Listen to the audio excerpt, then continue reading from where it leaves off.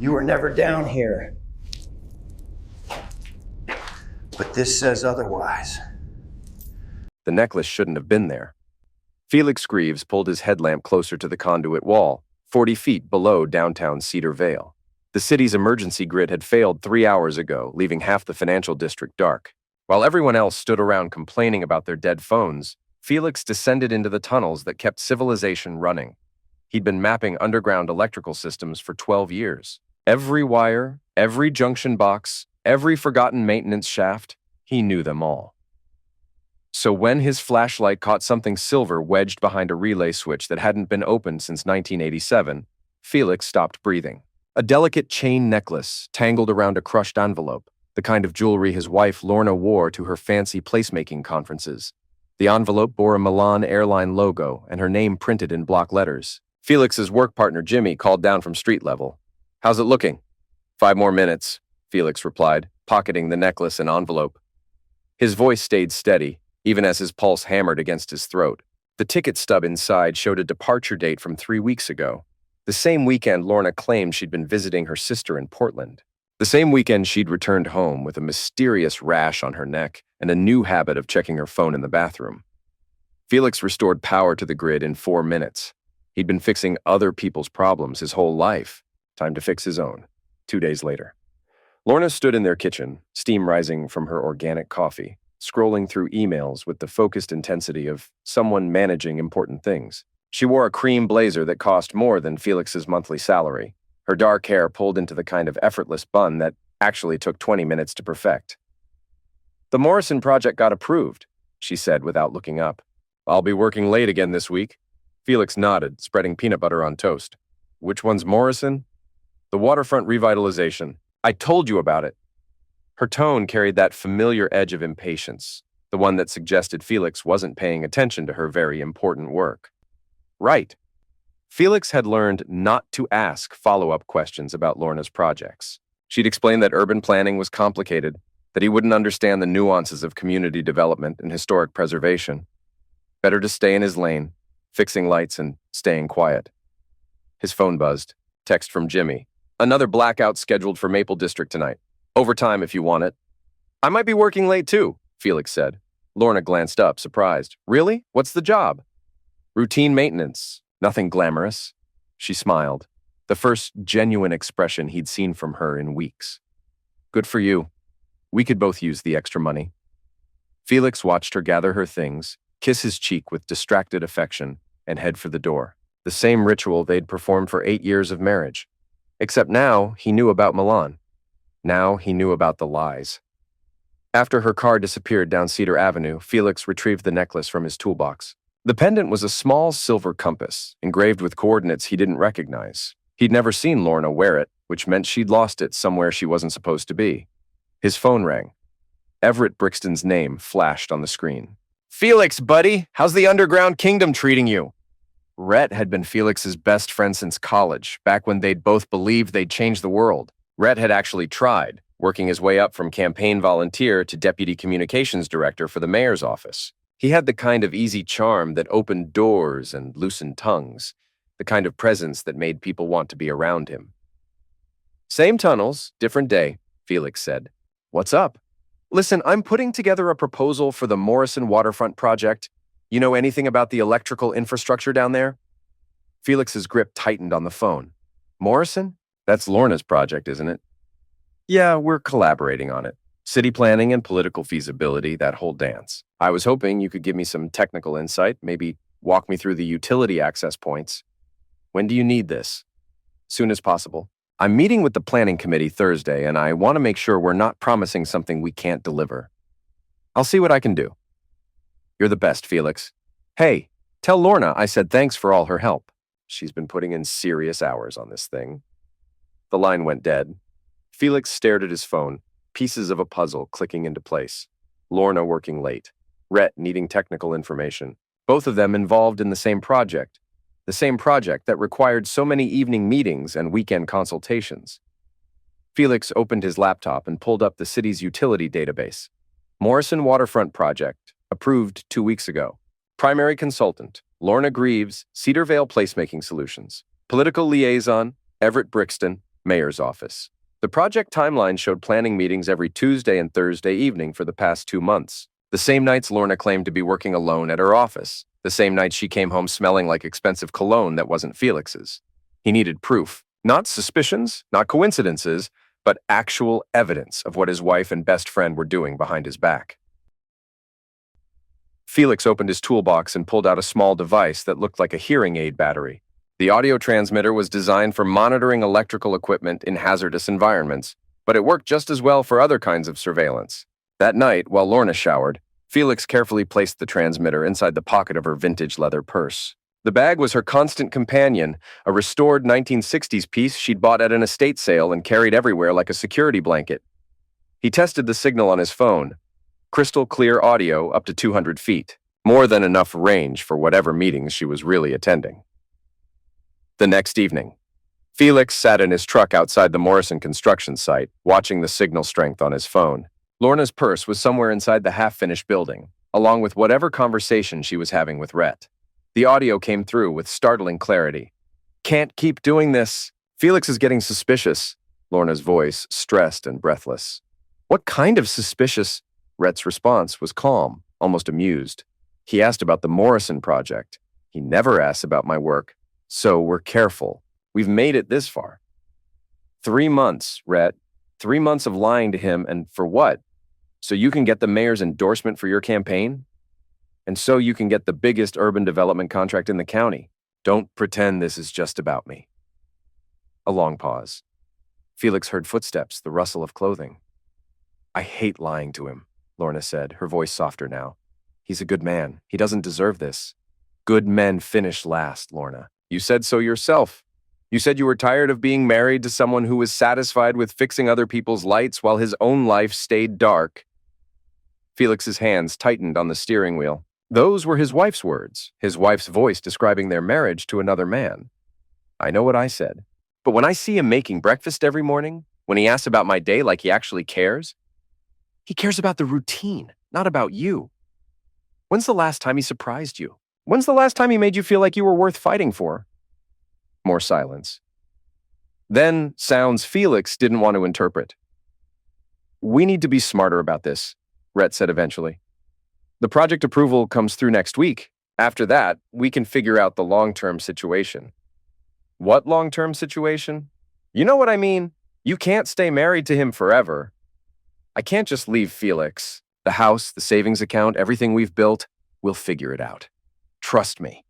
The audio cut out as they moved beyond the transmitter's range. Felix sat in his truck, staring at the half-finished building that housed his crumbling marriage. Lorna wasn't just having an affair. She was planning to leave him, planning to take everything they'd built together and hand it over to the man who'd been his best friend for 15 years. Felix started the truck and drove home. By the time Lorna returned, he was in bed, pretending to sleep. She slipped in beside him, careful not to wake him, and Felix lay there listening to her breathe, wondering how long she'd been planning his destruction. 3 days later, Felix's sister Sylvie called during his lunch break. She worked as a paralegal for one of Cedar Vale's most aggressive law firms, the kind of place that specialized in messy divorces and corporate malfeasance. "I need to ask you something," she said without preamble. "Has Lorna been making any big financial moves lately? Real estate, investments, anything like that?" Felix nearly choked on his sandwich. "Why?" "Because her name came up in a property search I was running for a client. She's listed as a co-owner on a condo downtown. Expensive place, bought 6 months ago." "That's impossible." "We don't own any other property." "The address is 1247 Harborview, Unit 412. Want me to dig deeper?" Felix's hands shook as he wrote down the address. "How deep can you dig?" "Deep enough to find out who else is on the deed, how it was financed, what other assets might be tied to it. But Felix, if I'm going to do this, I need to know why. Because I think my wife is planning to leave me. And I think she's been moving money around to make sure I don't get any of it." Sylvie was quiet for a long moment. "Meet me at Morrison's bar tonight, 7 o'clock. And Felix, don't tell anyone we're meeting, not even Lorna." Felix spent the rest of his shift thinking about the condo. Harborview was the most expensive address in Cedar Vale, the kind of place where a one-bedroom costs more than most people's annual salary. If Lorna had bought property there, she'd used money Felix didn't know about, money that should have been theirs together. That evening, he told Lorna he was working late. She barely looked up from her laptop, murmuring something about the Morrison project and kissing his cheek with distracted affection. Morrison's bar was a dim, wood-paneled place that catered to lawyers and politicians. Sylvie was already there, nursing a glass of wine and reading through a thick folder. "Sit down," she said. "We need to talk." Felix slid into the booth across from her. His sister was 3 years younger, but looked older, her blonde hair streaked with premature gray from years of dealing with other people's disasters. She'd never liked Lorna, had always said there was something calculating about her smile. "The condo is owned by LEB Holdings," Sylvie said, opening the folder. "Limited liability company, registered in Delaware. The managing partners are Lorna E. Greaves and Everett R. Brixton." Felix felt the blood drain from his face. "Rhett. Your friend Rhett, yes. They bought it for $400,000, financed through a shell company that traces back to Morrison Development Funds. Your wife has been using her position as project consultant to move money around, and your best friend has been helping her do it. That's fraud. That's the tip of the iceberg." Sylvie pulled out more documents. "I ran a full asset search on both of them. Did you know your retirement account was transferred to a joint investment fund last month? One that Lorna has sole access to?" Felix stared at the papers. His signature was on the transfer documents, but he had no memory of signing them. "How is that possible?" "Power of attorney. You signed it 3 years ago when you had that appendectomy, remember? Standard procedure so she could make medical decisions if something went wrong. Except she never canceled it, and she's been using it to make financial decisions in your name. How much? $83,000? Your entire retirement, plus the equity loan she took out against your house." Felix's vision blurred. "Our house? She borrowed against it 6 months ago. If you can't make the payments, the bank can foreclose. And since she's not planning to be married to you much longer, guess who's going to be responsible for that debt?" Felix stood up abruptly, his chair scraping against the floor. Several other patrons looked over, but he didn't care. "I need to get some air." Outside, the evening was warm and humid, the kind of weather that made everything feel sticky and uncomfortable. Felix leaned against the brick wall of the bar, trying to process what Sylvie had told him. His wife and best friend hadn't just betrayed him. They'd been systematically robbing him, using his trust and his signature to steal everything he'd worked for. Sylvie followed him outside. "Felix, I know this is a lot to take in." "A lot to take in?" Felix laughed, but there was no humor in it. "My wife has been sleeping with my best friend, stealing my money, and planning to leave me homeless." "Yeah, that's a lot to take in. We can fix this. That's why I wanted to meet you here, away from anyone who might know Lorna or Rhett. If we're smart about this, we can get your money back and make sure they both pay for what they've done." Felix looked at his sister, really looked at her. Sylvie had always been the fighter in their family, the one who stood up to bullies and refused to back down from a challenge. She'd built her career on helping wronged spouses get revenge on cheating partners, and she was very good at her job. "What do you have in mind?" "First, we document everything, every transaction, every meeting, every lie they've told. Then we file for emergency asset protection and divorce proceedings. While they're scrambling to explain their financial irregularities, we hit them with fraud charges and a civil lawsuit. Will it work? It'll work. But Felix, once we start this, there's no going back. Lorna will hate you, Rhett will never speak to you again, and everyone in Cedar Vale will know what happened. Are you prepared for that?"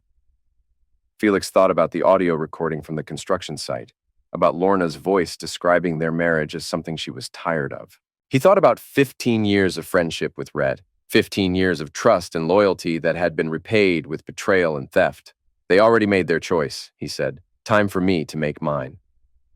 1 week later, Felix spent the next 7 days living a double life. During the day, he went to work, fixed lights, and pretended everything was normal. In the evenings, he helped Sylvie build their case, photographing documents, recording conversations, and gathering evidence of the financial fraud.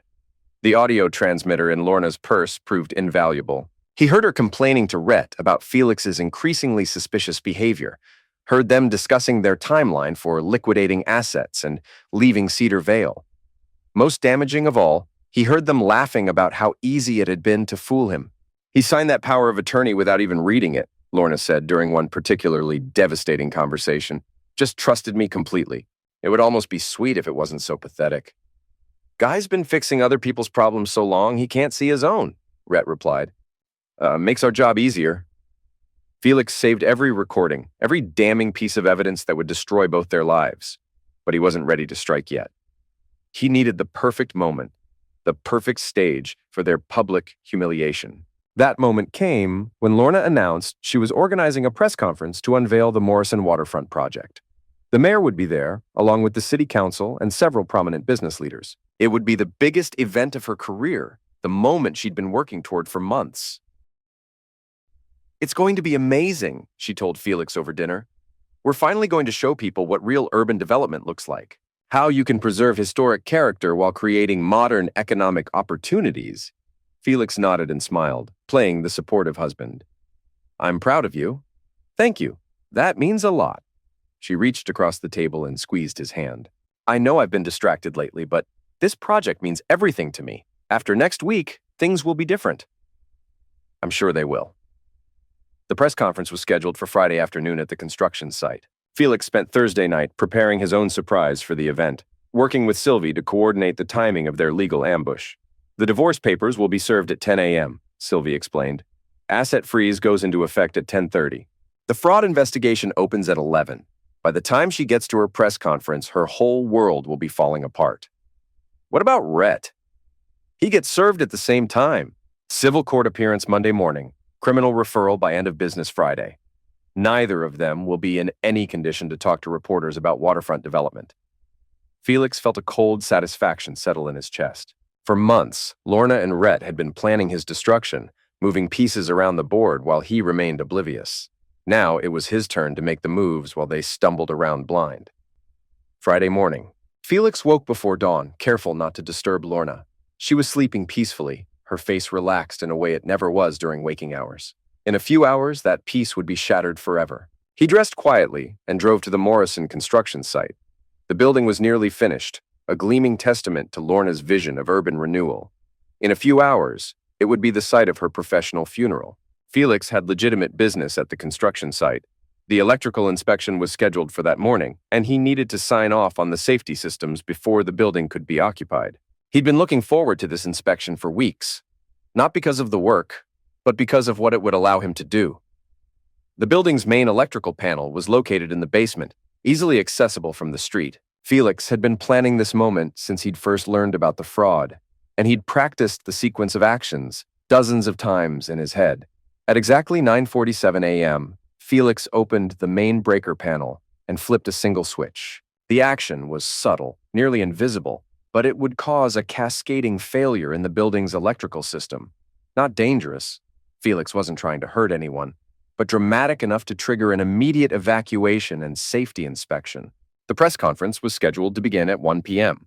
By 12:45, the building would be crawling with fire marshals and safety inspectors.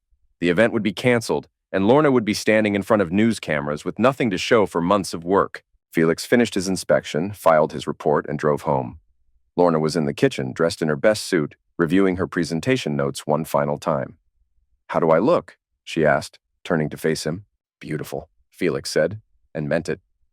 Despite everything she'd done, despite the lies and the theft and the betrayal, Lorna was still the most beautiful woman he'd ever known. "You're going to do great today." She smiled, the first genuine smile he'd seen from her in months. "Thank you.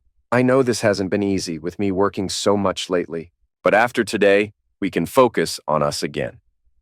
Felix nodded, knowing there would be no us after today, knowing that in a matter of hours, sheriff's deputies would be knocking on their door with divorce papers and fraud charges. At 10 a.m., his phone buzzed with a text from Sylvie. "Papers served. Both targets in custody of legal process. Asset freeze in effect." Felix deleted the message and went back to his coffee. Lorna was upstairs, probably getting another text from Rhett about some last-minute detail for the press conference. Neither of them knew their phones were about to start ringing with calls from lawyers and process servers. At 10:15, Lorna's phone rang. Felix heard her answer in the bedroom, heard her voice change from cheerful to confused to panicked in the space of 30 seconds. "What do you mean, asset freeze?" Her voice carried down the stairs. "There must be some mistake. I haven't done anything." The conversation continued for several minutes, Lorna's tone growing increasingly desperate. Felix heard her calling Rhett, heard her leaving voicemails when he didn't answer. She came downstairs looking pale and shaken. "Felix, something's wrong. The bank is saying our accounts are frozen, that there's some kind of investigation. And I can't reach Rhett." "Maybe you should call a lawyer," Felix suggested. I don't understand what's happening. The press conference is in 3 hours, and now this. Her phone rang again.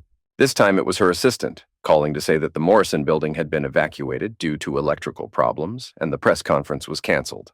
Lorna sank into a kitchen chair, staring at her phone as if it might explain how her perfect day had turned into a nightmare.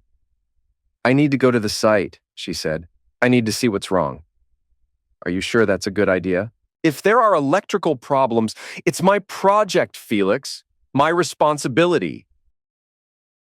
She grabbed her purse and keys, moving with the mechanical precision of someone in shock. I'll call you later.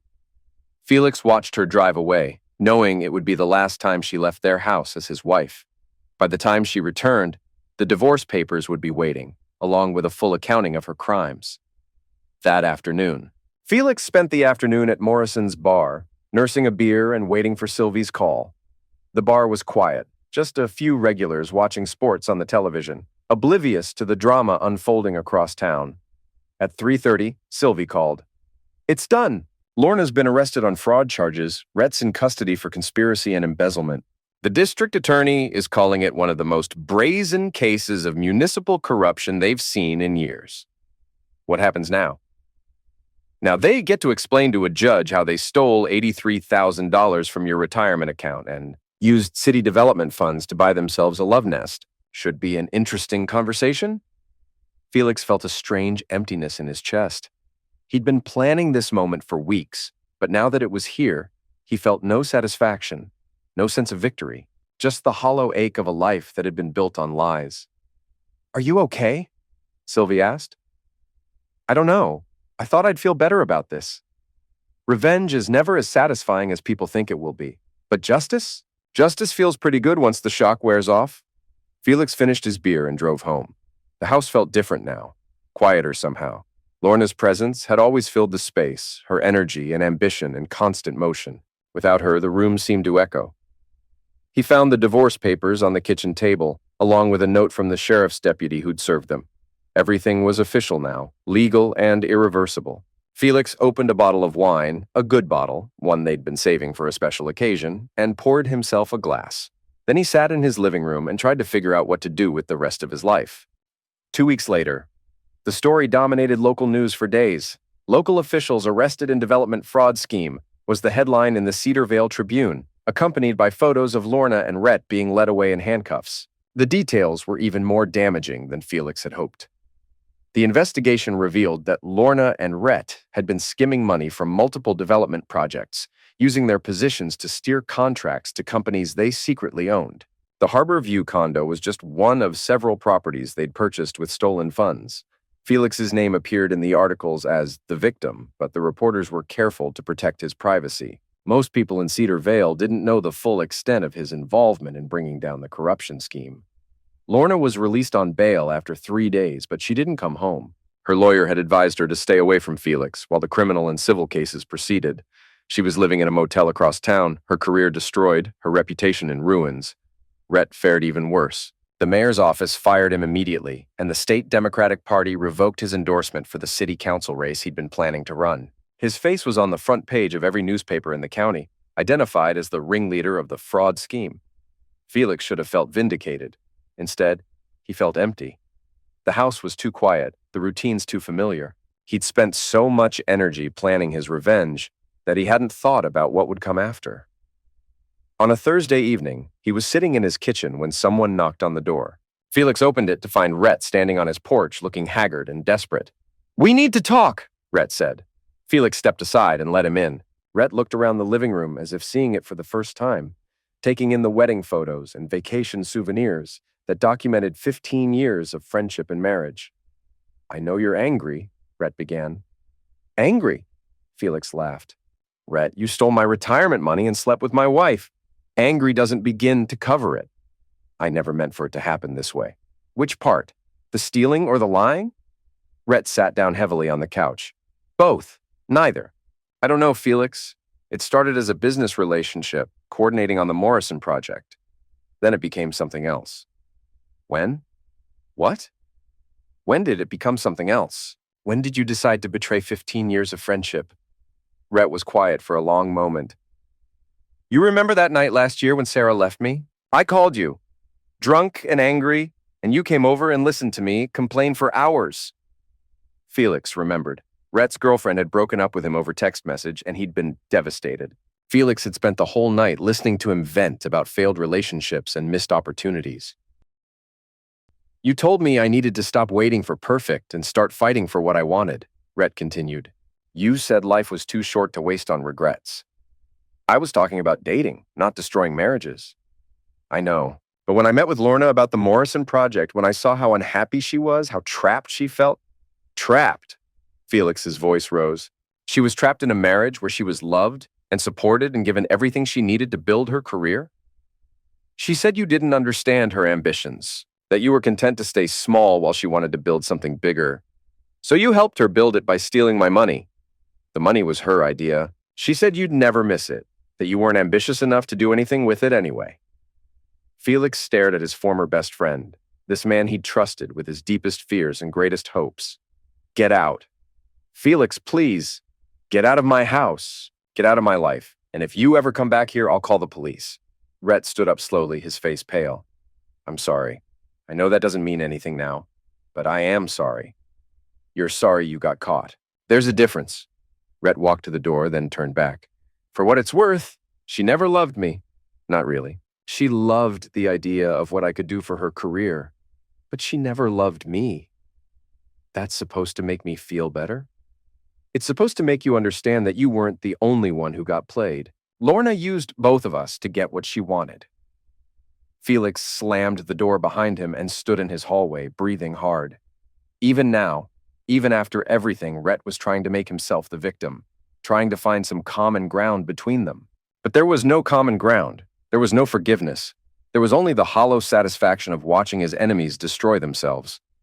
1 month later. The trials were swift and brutal. Lorna pleaded guilty to fraud and embezzlement in exchange for a reduced sentence, 2 years in minimum security prison, and full restitution of the stolen funds. Rhett got 5 years for conspiracy and racketeering. His political career finished before it had really begun. Felix got his money back, plus damages and legal fees. The house was his, the debt cleared, his retirement account restored. He'd won completely, decisively, without compromise. But victory felt strangely hollow. The house was too quiet, his routines too predictable. He'd spent so much energy on revenge that he'd forgotten how to live for himself. On a rainy Tuesday morning, Felix drove to the Morrison waterfront construction site. The building stood finished but empty, a monument to ambition and corruption. The city had canceled the development project after the scandal, leaving the structure unused and unloved. Felix parked across the street and studied the building. It was beautiful, he had to admit. Lorna had designed something special, something that could have transformed the waterfront district. Her vision had been grand and inspiring, even if her methods had been criminal. A for sale sign hung in the window. The asking price was a fraction of what the building had cost to construct. Felix pulled out his phone and called the listing agent. I'm interested in the Morrison building, he said. What would it take to buy it? 3 months later, Felix stood in the basement of the Morrison building, installing the final electrical panel. The renovation had taken months, but he'd done most of the work himself, taking his time to understand every wire and junction box. The building was going to be his new business headquarters. Greaves Electrical Solutions, specializing in urban infrastructure consulting. He'd already landed 3 city contracts using his reputation and expertise to build something entirely his own. The irony wasn't lost on him. He was succeeding with Lorna's building, using the space she designed for her own ambitions to launch his new career. Justice had a sense of humor. His phone buzzed with a text from Sylvie. Grand opening party still on for Friday? Felix typed back, wouldn't miss it. He'd invited 50 people to the grand opening, friends, colleagues, city officials, business leaders, people who knew his story, who understood what the building represented, not just his professional success, but his personal resurrection. Felix finished connecting the last wire and tested the electrical system. Every light in the building flickered on, casting warm illumination through the empty rooms. The city hummed around him, full of problems that needed solving, infrastructure that needed maintaining. For 12 years, he'd worked underground, fixing other people's systems while his own life fell apart above ground. Now, he was building something new, something that belonged entirely to him. Felix climbed the stairs to the main floor and looked out the windows at Cedar Vale's waterfront. The view was spectacular. The The kind of panorama that made people stop and take notice. Lorna had chosen well, even if she'd lost the right to enjoy it. His phone rang. The caller ID showed a number he didn't recognize. Greaves Electrical Solutions. Mr. Greaves? This is Jennifer Walsh from the Portland Development Authority. We understand you specialize in urban infrastructure consulting. That's correct. We have a waterfront project that might interest you. Are you available for a site visit next week? Felix smiled, looking out at the lights of Cedar Vale twinkling in the darkness. I'll be there. He hung up and walked through his new building one more time, checking each room, each system, each detail that would support his future success. Everything was exactly as it should be. The lights flickered on. The city didn't notice, but one man saw it all.